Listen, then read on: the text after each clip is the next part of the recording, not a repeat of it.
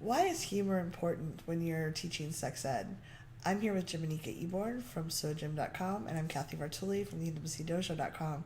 And using humor can be really important. Yeah, I love to laugh. Yes.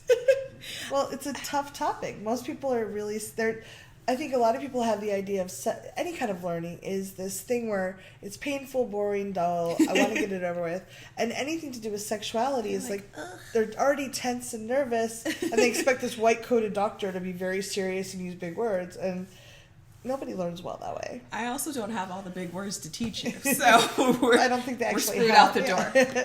But I think it's really important because it is a scary topic. I often work with adolescents teaching sex ed, which is my favorite. Yeah. They're the most, when you say vulva, they just do this. And I'm like, stop it. It's so fun. But I think it's important because it is such a scary topic and it is such a taboo topic that people want to know the thing, but they need to get that 20,000 layers of fear, off of them to be able to hear you. Yeah, people that are frozen in shame are not listening well. No, they're just like, I made it here. Just tell me things. When will it be over so I can say I did it? Yeah, but I think laughter in general, there's something about laughter that releases stress and energy and like a negative tightness. Like you can't be angry and laughing. I mean, you can try it if you want. I've never been able to be angry and laugh at the same time. Yeah. Well, I go back to the analogy. Our primitive brain is scared. Fight, fight, freeze. If a bear is chasing you, you can use fight, fight, freeze, but you're not laughing probably. If you start laughing, your body is like, oh, there's probably no bear in back, chasing me, about to eat me. Yeah. Maybe I can relax. Maybe I can let down my guard a little bit, and then our prefrontal cortex comes more online and less blood flow to the survival part of our brain. Which is amazing. Bodies are amazing. Yes, they are. But for me, I find that laughter also adds in some sort of trust. Mm-hmm. Like if I'm like, oh, okay, you're kind of funny. I want to know more. There's an engagement, a community building, a trust. Yeah, definitely.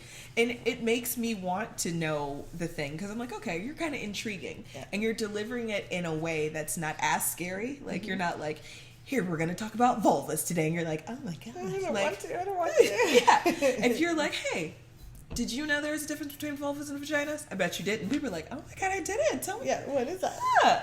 And, I think when you do it that way, it supports people in a different way. Like education, we all, in sex ed, we teach differently. I tend to use a lot of humor, but also that's just how I feel safe. And when I get awkward, I sink into myself and tell like awkward jokes. Yeah. And it helps me relax. And so for me, when I use humor in teaching, I understand like what happens to my body. Like if I'm able to laugh, I'm able to be like, okay, I'm relaxed. I'm open to hearing the thing because like you said, if you're so tense and so scared, guaranteed you're so in your head. Yep. And it's in there, well. As we keep talking about, this place is scary. There's all kind of stories and juggling and fights in there. But if you're laughing, you're like, it's a release. And I feel like when you laugh also, you're like, haha. It forces you to take breaths. Yes, which is very deep breaths are like, okay, another symbol. Again, bear chasing you, you're like heart really short, shallow breaths in your lungs versus if you're more relaxed, you can go like, you're like yeah. Okay. Yeah. So that's also like a little trick that I'm letting you in on. Laughing also forces you to breathe, which also brings you back to where we are. Yeah.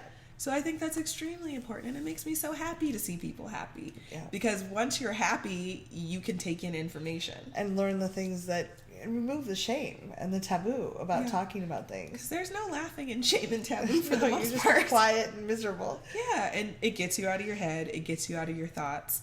It allows for the things that you actually showed up for, which I'm sure was really hard. Yeah. So, when you show up for hard things, you want to be able to not only sit there, you want to take in the information and process it and be able to connect it with yourself and then be like, oh, that makes sense to me now. Yeah. Because I'm present.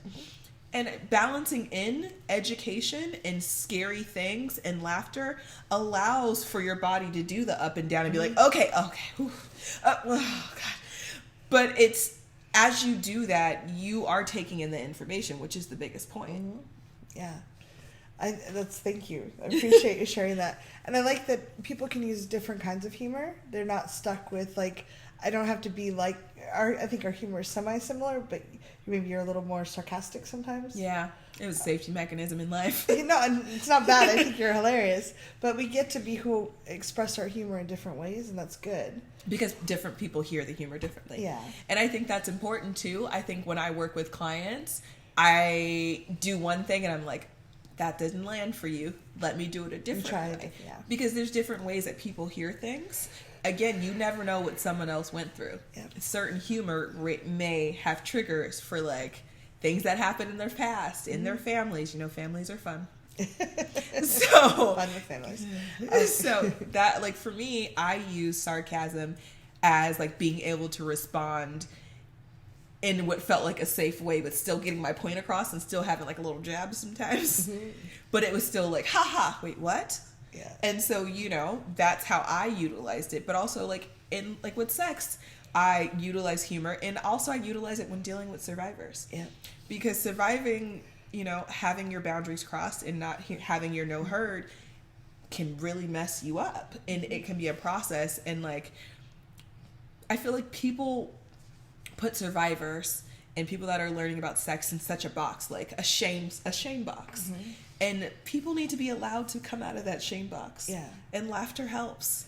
Well, and I think that, like, I've used self-deprecating humor a lot. I've also had gallows humor. My first girlfriend and I were both survivors.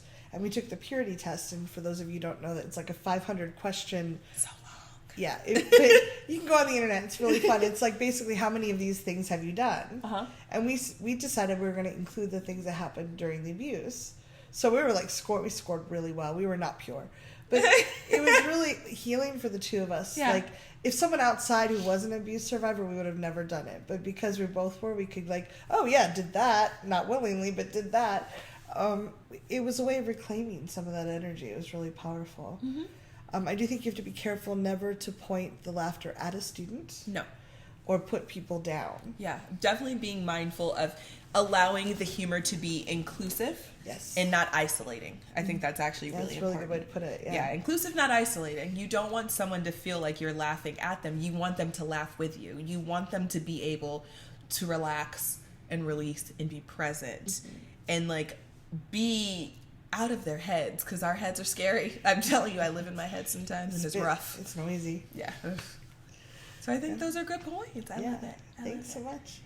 How do you use humor in sex ed? We'd love to know, and any thoughts or questions you have, please leave below. We'll try to get back to you. Thanks so much for your interest in this, and we'll talk to you soon. Yay.